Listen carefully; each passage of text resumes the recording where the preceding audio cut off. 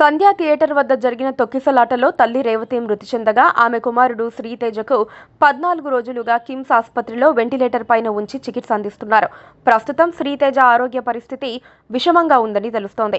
ఈ రోజు సిపి ఆనంద్ బాబును చూడటానికి వెళ్లి శ్రీతేజకు బ్రెయిన్ డ్యామేజ్ జరిగిందని, అతను అన్కాన్షియస్ గానే ఉన్నాడని, పైపుల ద్వారా ఆహారాన్ని అందిస్తున్నారని, ఈ ట్రీట్మెంట్కు చాలా సమయం పడుతుందని చెప్పి డాక్టర్లు త్వరలోనే హెల్త్ బులెటిన్ విడుదల చేస్తారని కూడా చెప్పారు. ఈ నేపథ్యంలో అల్లు అర్జున్ బెయిల్ రద్దు అనే వార్తలు వెలువడ్డాయి. అల్లు అర్జున్ను అరెస్ట్ చేసి ఒక రాత్రి జైల్లో పెట్టిన ఘటన సంచలనం క్రియేట్ చేసిన సంగతి తెలిసిందే.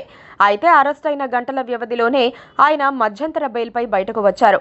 అయితే ఒకరి చావుకు కారణమై కూడా ఎలాంటి విచారణ ఎదుర్కోకుండానే అల్లు అర్జున్ ఇలా గంటల వ్యవధిలో బయటకు రావటం కొందరికి ఆశ్చర్యంగా అనిపించింది. కానీ అల్లు అర్జున్కు సినీ రాజకీయ నాయకులంతా అండగా నిలిచారు. బన్నీ అభిమానులు నేషనల్ అవార్డు విన్నింగ్ హీరోని అలా ఎలా అరెస్ట్ చేస్తారు అంటూ మండిపడుతున్నారు. ఇవన్నీ పక్కన పెడితే అసలు ఈ కేసులో ఏం జరిగింది అన్నది ఇంకా కన్ఫ్యూజన్ గానే ఉంది. ఓవైపు పోలీసులు హీరోని థియేటర్ దగ్గరికి రావద్దు అని ముందే చెప్పాము అని చెప్తూ ఉంటే, మరోవైపు సంధ్య థియేటర్ యాజమాన్యం మేము ముందుగానే హీరో వస్తున్నాడని పోలీసులకు తెలియజేశాము అంటూ ఓ లేఖను రిలీజ్ చేసిన సంగతి తెలిసిందే.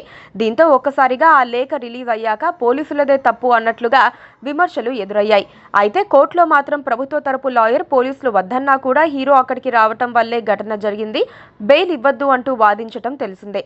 కానీ ఈ కేసులో తాజాగా ఓ లేఖ బయటకు రావటం, అంతలోనే అల్లు అర్జున్ మధ్యంతర బెయిల్పై పోలీసులు సుప్రీంకోర్టును ఆశ్రయించబోతున్నారనే వార్త రావటం మరోసారి హాట్ టాపిక్గా మారింది. తాజాగా హీరో హీరోయిన్లు థియేటర్ దగ్గరకు వస్తే అక్కడ క్రౌడ్ను కంట్రోల్ చేయటం కష్టం అంటూ సంధ్యా థియేటర్ మేనేజ్మెంట్కు పోలీసులు ఓ లేఖ ద్వారా ముందుగానే హెచ్చరించినట్టుగా సోషల్ మీడియాలో ఓ లెటర్ వైరల్ అవుతోంది. ఆ లెటర్ వైరల్ అయిన గంటల వ్యవధిలోనే అల్లు అర్జున్ మధ్యంతర బెయిల్ను క్యాన్సిల్ చేయాలంటూ హైదరాబాద్ పోలీసులు సుప్రీంకోర్టు మెట్లెక్కబోతున్నారు అన్న వార్త బయటకు వచ్చింది. ఇక హైకోర్టు బన్నీకి 4 వారాల మధ్యంతర బెయిల్ ఇచ్చిన విషయం తెలిసిందే. అంతేకాకుండా మిగిలిన వ్యవహారం అంతా కింది కోర్టులోనే చూసుకోండి అని హైకోర్టు ఆదేశించింది. ప్రస్తుతం ఈ కేసు నాంపల్లి కోర్టులో ఉంది. మరి నిజంగానే పోలీసులు బన్నీ మధ్యంతర బెయిల్ను క్యాన్సిల్ చెయ్యమంటూ సుప్రీంకోర్టుకు వెళ్తారా? ముందు ఏం జరగబోతోంది అన్న ప్రశ్న అందరి మదిలో మెదులుతోంది. Please subscribe to KTV Telugu. KTV Telugu. KTV Telugu